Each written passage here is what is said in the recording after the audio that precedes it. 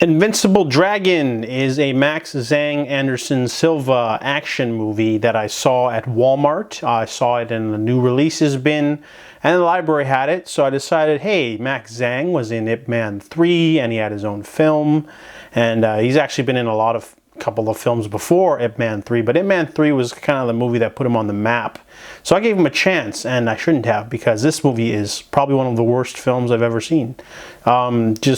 It was almost a cinematic atrocity, but it's not in the same league as that. It's just a really shitty, terrible crime thriller action movie mishmash. So this movie is about Kowloon. He is a trigger-happy, violent cop sort of consultant. The film's opening sequence, he defeats a whole bunch of bad guys in a blistering action sequence, and then takes down a drug lord violently in front of a whole bunch of people.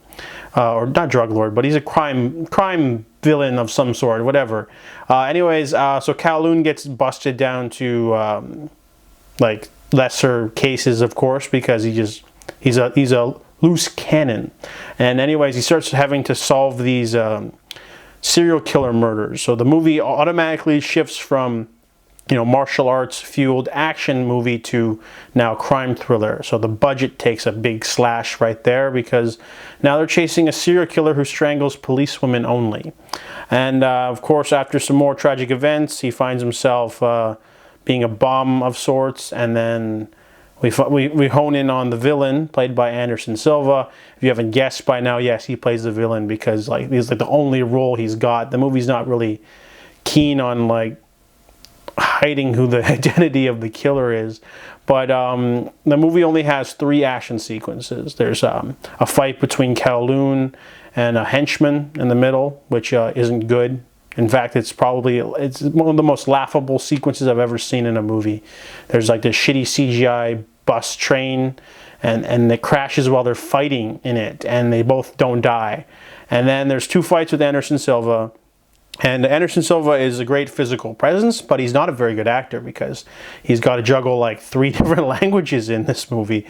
Portuguese and English, and a lot of stiff sort of mix of acting. It feels really hammy, for sure. A lot of it almost seems a little tongue-in-cheek at times. There's a scene where a character says I have now become stronger than you can ever imagine. He goes, "That's my line." I'm like, ugh. So besides the middle fight scene, which is pretty interesting, and also has a really dumb ending in which the bad guy escapes somehow by falling out a window. This movie is just laughably terrible. The longer it goes, the first let's say hour doesn't really go anywhere, because it's basically just serial killer looking at stuff, and then Kowloon has to get himself out of a depression funk with the power of montage. And then a couple of fight scenes later, laughably bad, almost, that train bus fight is just awful. And then, the movie ends up in another finale at the end, and then they throw in a fantastical element that just doesn't make any sense. There's this pretentious voiceover that's trying to go for a noir feel. And I don't know what Max Zhang is doing in this movie. He's just oof. He's better than this, and the action sequences aren't even that great either.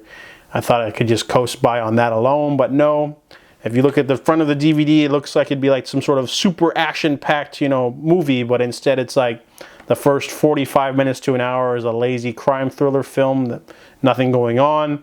And then when the action kicks up, it's laughably bad to the point where, you think you're watching a video game cutscene from a PlayStation 1 film, game.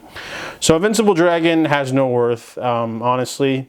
Nothing in this film works. The villain's motivation, the chemistry between characters, the jokes, nothing in this film works at all. I'm gonna have to give this film a 0 out of 10. There's literally not one thing I liked in this film. Even the set design or the music. Literally nothing in this film works. And I award this film a 0, and that's it.